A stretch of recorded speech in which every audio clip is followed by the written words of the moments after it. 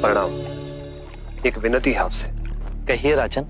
पिछले कई दिनों से मेरे स्वप्न में मेरे पिताश्री आ रहे हैं। मैंने ब्राह्मणों से भी इसका अर्थ पूछा तो उनका कहना था कि तुम्हारे पिताश्री को शांति नहीं मिली, उनके लिए पूजा करनी होगी, यज्ञ संपन्न करना होगा। आप तो परम ज्ञान का स्वरूप है, तो विनती है आपसे कि पूजा विधि आप ही के हाथों से हो।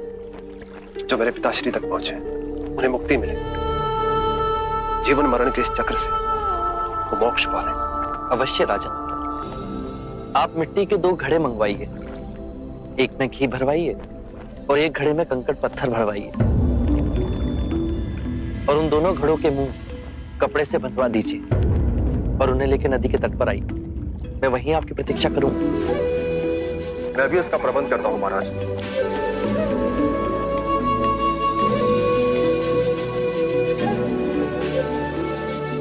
महाराज, अब आप इन दोनों घड़ों को पानी में डाल दीजिए।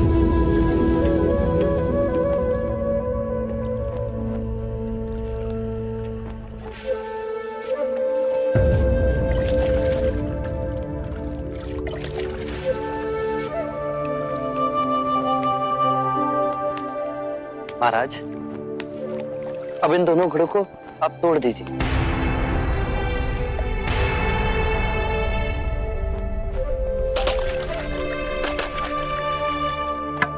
महाराज, अब आप ध्यान से देखिए कि ऊपर उठ पानी पर तैरने लगा।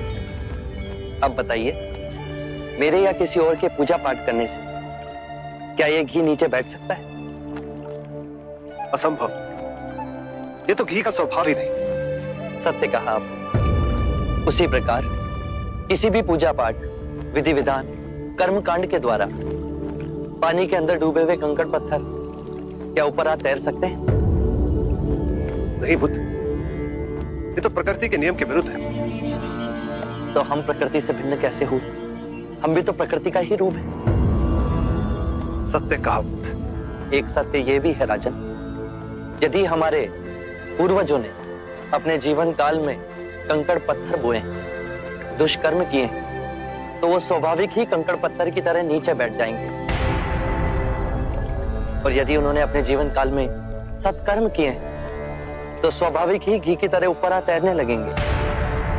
जो बोएंगे वही काटेंगे। परंतु इस शरीर रूपी जीवन काल में ही नहीं, अपितु इस शरीर रूपी जीवन काल के पश्चात वाली यात्रा में भी हम जैसे कर्म करेंगे वैसा ही फल मिलेगा।